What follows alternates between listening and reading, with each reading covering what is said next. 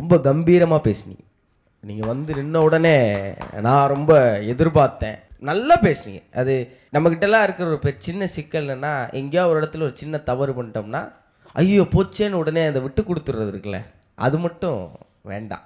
ஏன்னா ரொம்ப அற்புதமான தலைப்பு. எங்கள் நண்பர் பிரிட்டோ பேசும்போது சொன்னேன், இந்த தலைப்பு எடுத்து அவ்வளோ அழகாக நண்பர் பேசும்போது ஒரு இடத்துல சொல்லியிருந்தா, வரலாறை நீங்கள் தெரிந்து கொள்ளவில்லை என்றால் யாரோ ஒருவன் உங்கள் வரலாறை எழுதி விடுவான், அதை நீங்கள் நம்பி விடுவீர்கள்னு அர்த்தம்.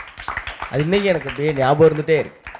வரலாறு ரொம்ப ரொம்ப முக்கியம். இப்போ இன்றைக்கி எல்லா இளைஞர்களும் கொரியன் கல்ச்சர் பின்னாடி தாவி பறந்து தேடி ஓடுறோம்ல.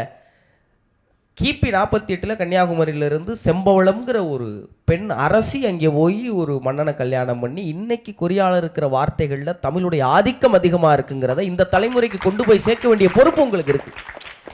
கொரியாவில் இருக்கிற பல்வேறு கலாச்சாரத்தில் தமிழுடைய ஆதிக்கம் அதிகமாக இருக்குது. இன்றைக்கி அவன் நம்மளை ஆதிக்கம் பண்ணுறான்னா இதற்கு பின்னாடி இருக்க வரலாறெல்லாம் பேச்சாளர்களாக இருக்கிற இங்கே இருக்கிற எல்லாரும் தான் எடுத்துகிட்டு போய் சேர்க்கணும். அப்போ இதில் தயக்கமோ பயமோ எதுவுமே தேவை கிடையாது. உங்கள் எல்லாருக்கும் ஒரு ரௌத்திரம் இருக்கணும். உங்கள் எல்லாருக்கும் இந்த சமூகத்தின் மேலே ஒரு பெரிய அக்கறை இருக்கணும். அது அண்ணன் இப்போ சொன்னாங்கல்ல, ஒன்னமாங் த க்ரௌட், அது அண்ணன்கிட்ட சொல்லி சொல்லி பேச்சாளர்களாக ஐயாவும் அண்ணனுங்கிட்ட சொன்னதுன்னா, பேச்சாளர்கள் அறிஞர்கள். அப்போ எதை பற்றியும் கவலைப்படக்கூடாது. நமக்கு ஒரு பொறுப்பு இருக்குது. அந்த பொறுப்பு உணர்ந்து செயல்படுங்க.